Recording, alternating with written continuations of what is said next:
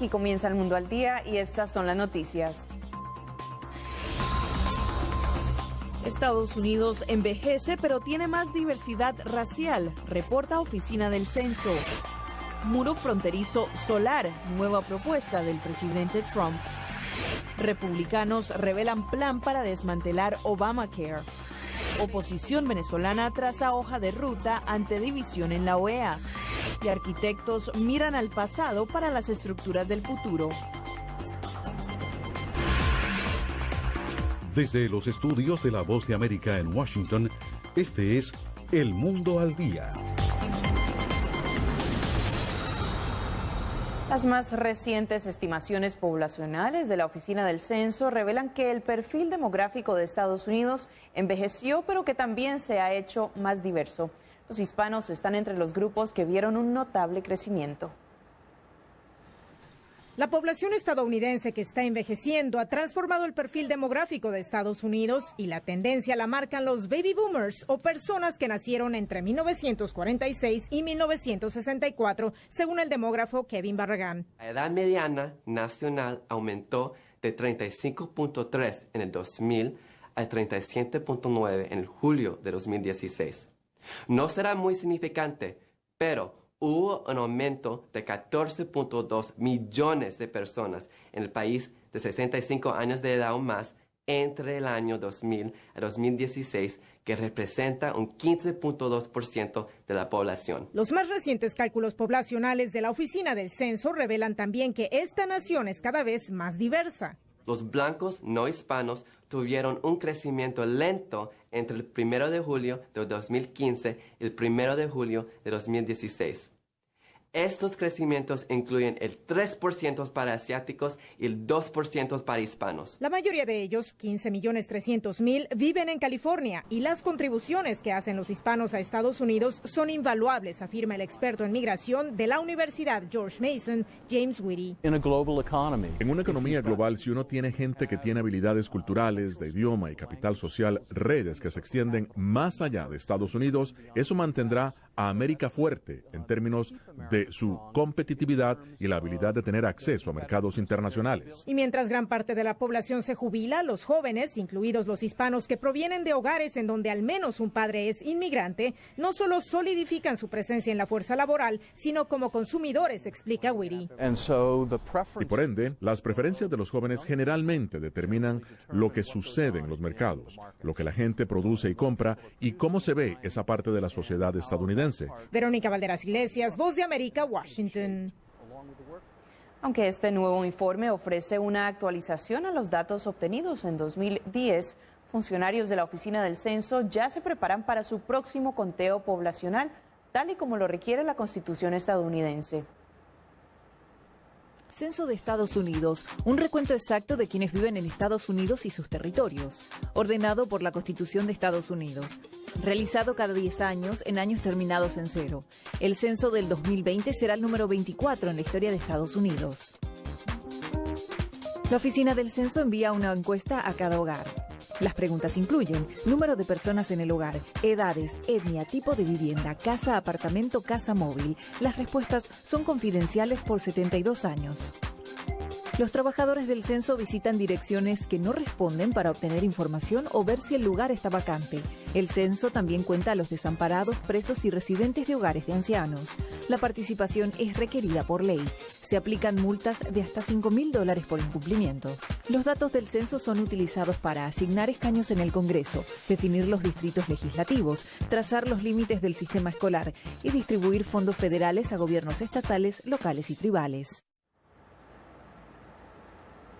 El presidente Donald Trump aseguró que no realizó y no tiene grabaciones de sus conversaciones privadas con James Comey, el despedido director del FBI. En sus cuentas de Twitter, el mandatario indicó, sin embargo, que desconoce si existen otras cintas o grabaciones. Bajo una ley posterior al escándalo de Watergate, las grabaciones presidenciales pertenecen al pueblo estadounidense y pueden hacerse públicas. Destruirlas sería un delito. Nuevas reformas al sistema inmigratorio y un proyecto para financiar la construcción del muro en la frontera con México anticipó el presidente Donald Trump ante cientos de seguidores durante un acto político en Iowa. El presidente de Estados Unidos, Donald Trump, anunció un borrador con nuevas medidas inmigratorias en una concentración en Cedar Rapids, en el estado de Iowa. Ha llegado el momento de nuevas leyes inmigratorias que digan que aquellos que buscan ser admitidos en nuestro país deben demostrar solvencia financiera y no deben usar asistencia social por un periodo de al menos 5 años. Las normas fueron recibidas con entusiasmo por parte de la audiencia. Trump dijo además que quienes deseen ingresar a Estados Unidos deben abrazar los valores del país. Otro principio central para aquellos que quieran venir a nuestro país es que deben abrazar nuestros valores y amar a nuestro pueblo.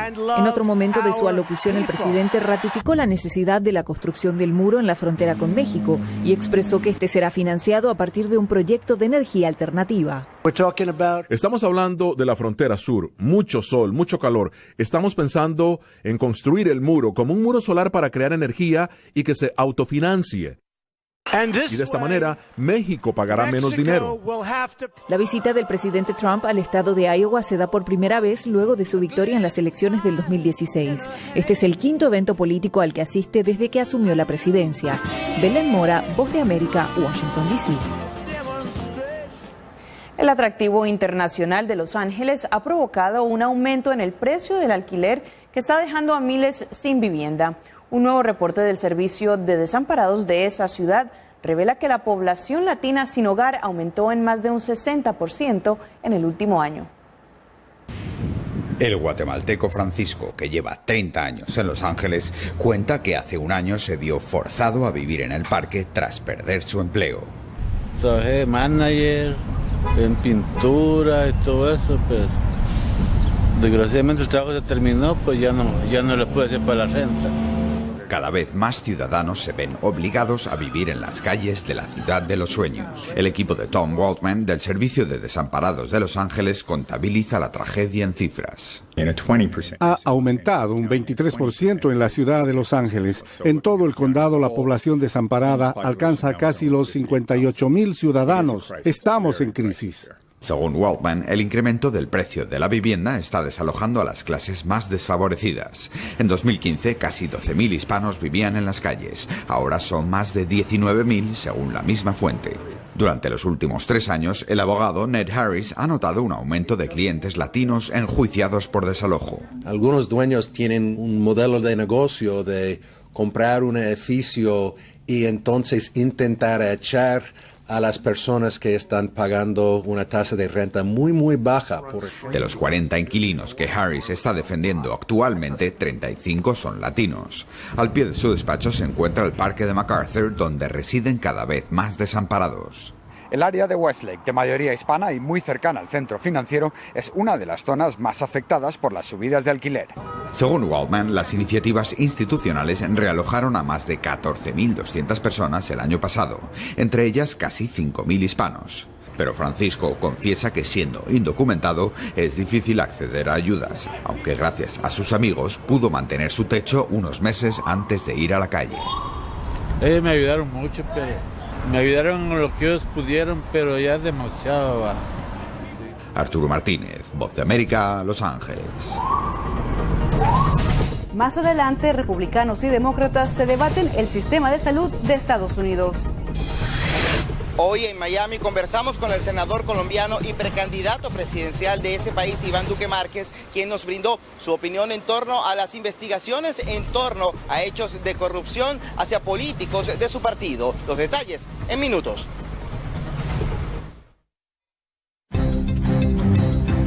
Somos la Voz de América.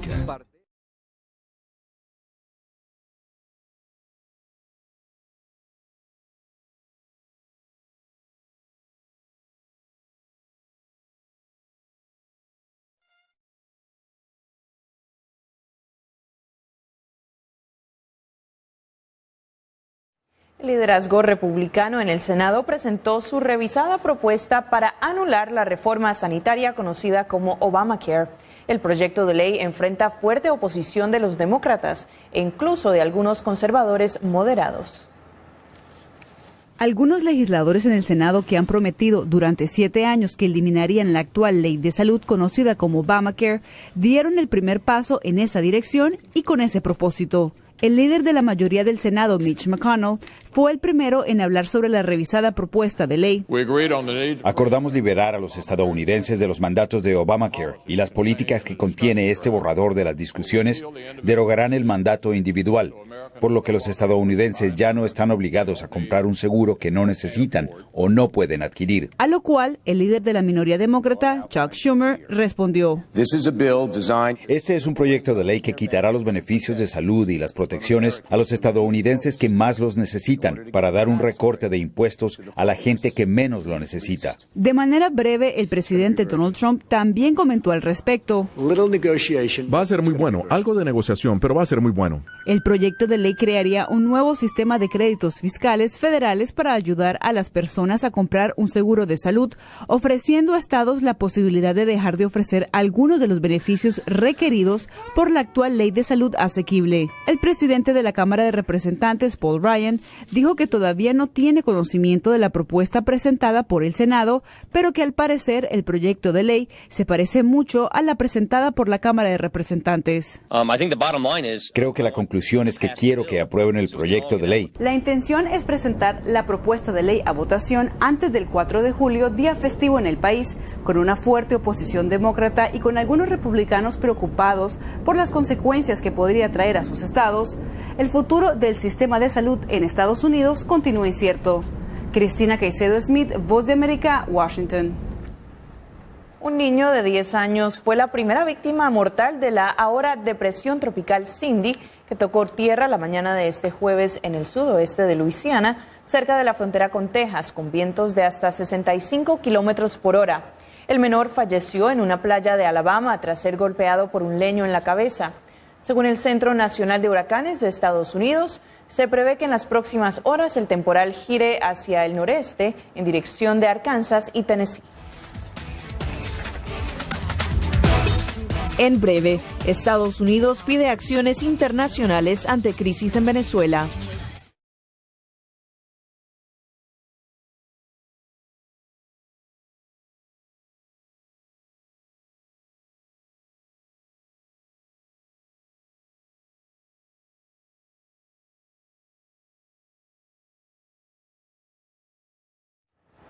Mientras el presidente Nicolás Maduro anunció cambios en su gabinete, la oposición en Venezuela evalúa su estrategia ante lo que muchos ven como un fracaso de la OEA sobre la situación en su país.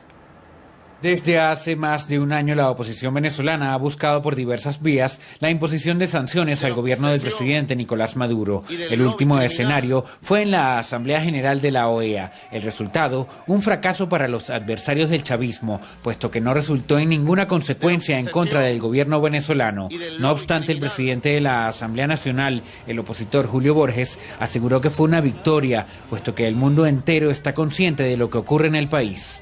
La mayoría abrumadora de todos los países de América votaron en contra de la constituyente de Maduro. 20 países que representan nada más y nada menos que el 99% de la población de América, 20 países que representan el 99% de la economía de América y solo 5 países votaron en contra. Entre tanto, el presidente venezolano Nicolás Maduro celebró lo que considera como una victoria en la OEA, al tiempo que pidió el cese del asedio en contra de Venezuela. Si algún día llegaran por la vía de la presión, de la obsesión y del lobby criminal de Washington y de las amenazas a sacar alguna resolución, nosotros nos rebelaríamos y la enfrentaríamos en toda su forma. En Venezuela no entra la OEA, más nunca, así lo digo, más nunca entrará nadie de la OEA en este país. En ese mismo sentido, el primer vicepresidente del Partido Socialista Unido de Venezuela, Diosdado Cabello, descartó la posibilidad de que la dirigencia opositora logre activar el artículo 350 de la Constitución, que autoriza la desobediencia civil y el desconocimiento a cualquier autoridad que contraríe los valores o principios democráticos. Álvaro Algarra, Voz de América, Caracas. Mediante un comunicado, la embajadora de Estados Unidos ante Naciones Unidas, Nikki Haley, lamentó la falta de un consenso sobre Venezuela al concluir la Asamblea General de la OEA. En su mensaje, Haley hace un llamado de acción a la comunidad internacional ante la trágica situación en el país sudamericano, incluso si el Consejo de Derechos Humanos de la Organización de Estados Americanos estén bloqueados. También afirmó que el pueblo venezolano está padeciendo hambre mientras su gobierno